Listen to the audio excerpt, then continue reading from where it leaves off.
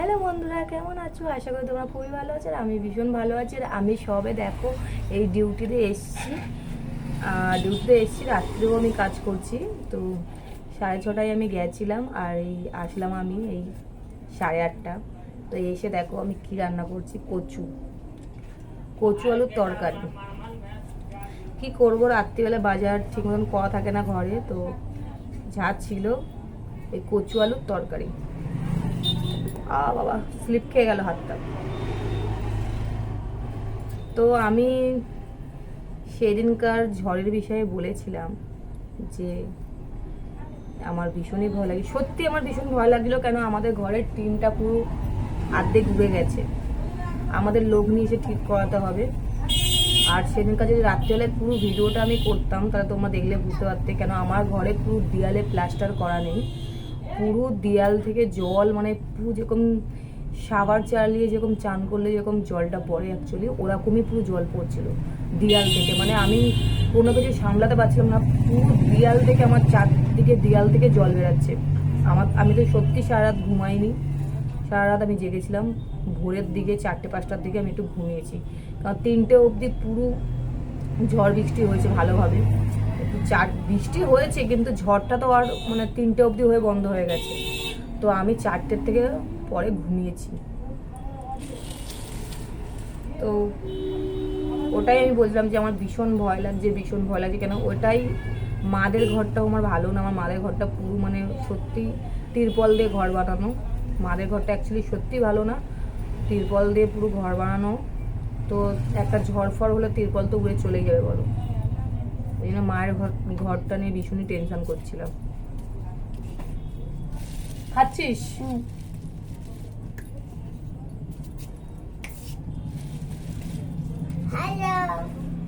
খালি গায়ে রোজ যাও, ওদিকে যাও, ক্যামেরার থেকে ওদিকে যাও, বাইরে যাও।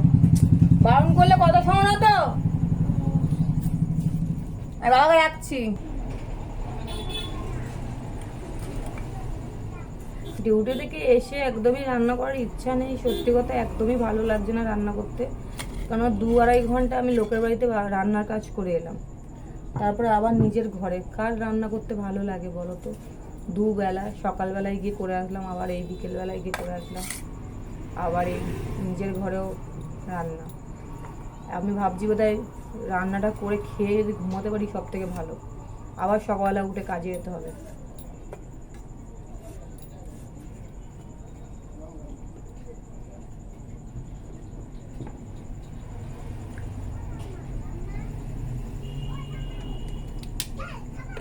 আর আমি কচু আলুটা নিরামিষই করবো।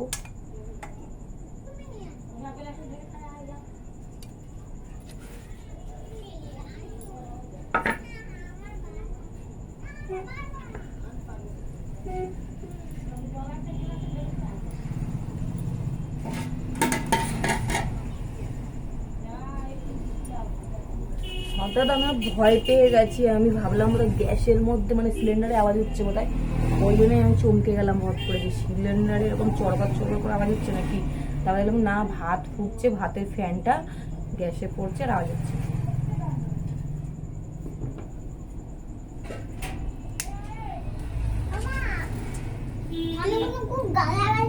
কি আচ্ছা ঠিক আছে, বলতে নেই বলো, এরকম বাজে কথা বলতে নেই। বেশ হয়ে গেল, রিপিট করার কোনো দরকার নেই, বলে দাও বাজে কথা বলতে নেই।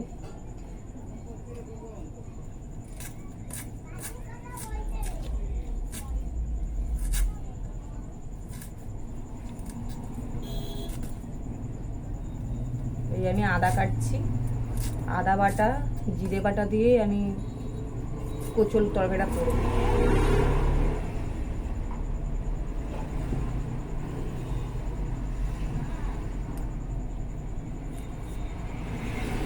আর আজকে প্রচুর গরম পড়ছে, এত গরম মানে আমার তো শরীর কাজ থেকে আজকে সকালবেলায় যেরকম কাজে গেছি ঘেমে চান হয়ে গেছি। তারপর দুপুরবেলায় এসছি যখন আজকে 1টার সময়, মানে পুরো আমার জামা নিংড়ালে জল বেরাবে ওরকম অবস্থা। প্রচুরই গরম। আর এই গরমে সত্যি ডিউটি যেতে একদম ভালো লাগছে না, একদমই না, কিন্তু কি করবো, যেতেই হবে।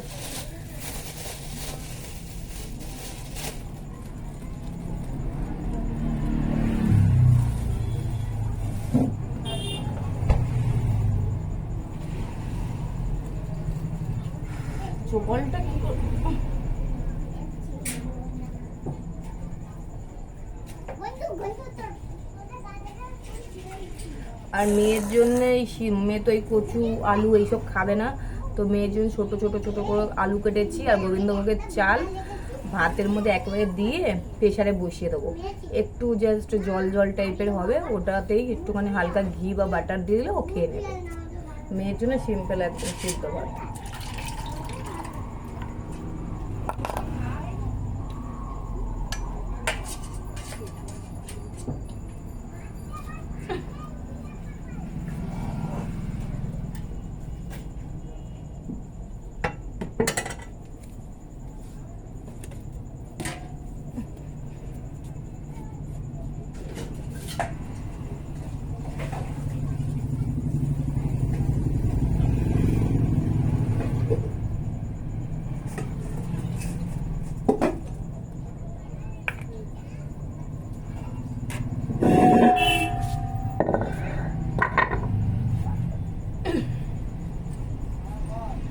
আমি আদাটা বেটে নিচ্ছি শিলে।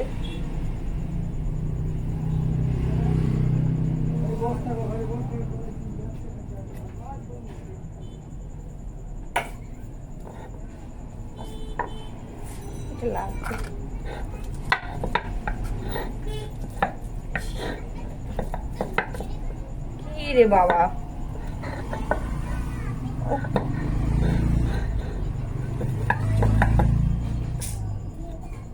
কি আটকেছে?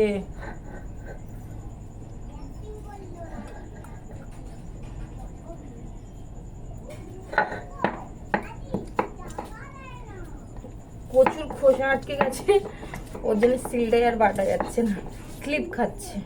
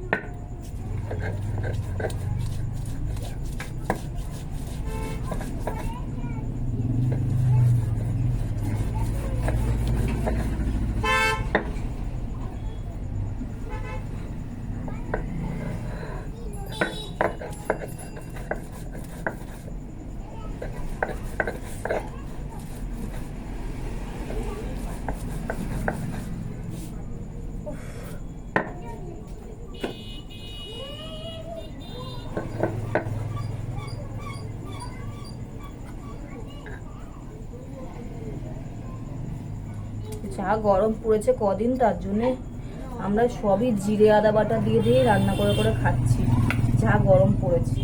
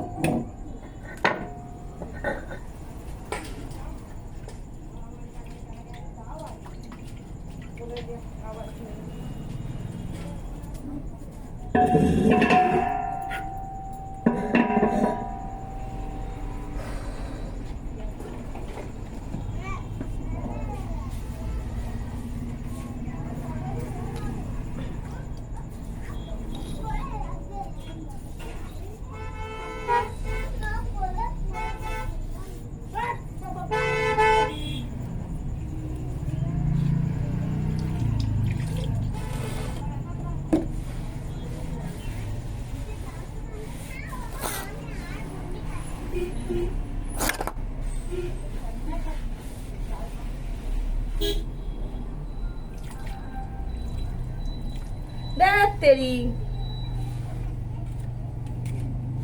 কাজের সময় কাজ বেড়ে যাচ্ছে আরো।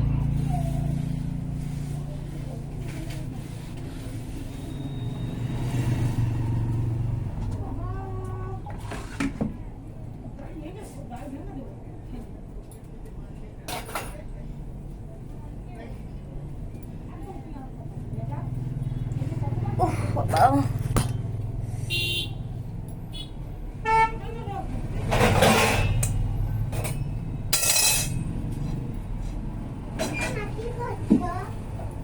কি করেছিস? কি করেছি? ঠাম্মা চেঁচাচ্ছে। কিছু করিনি। কিছু দেখা করেছিস না? ঠাম্মি চেঁচাচ্ছে কেন? আমি কামে দিয়ে দিয়েছি। ই বাবা, দেখ ভীষণ অন্যায় করেছিস মাঙ্কু, ভীষণ বড় অন্যায়। কাউকে এরকম ব্যথা দেওয়াটা উচিত নয়। মেয়ে তোর মুখ ফাটিয়ে। আয় ফাটাবি আয়। আমি নেক্সট টাইম শুনলে তোমার ভীষণ মারবো পিঠের চালে।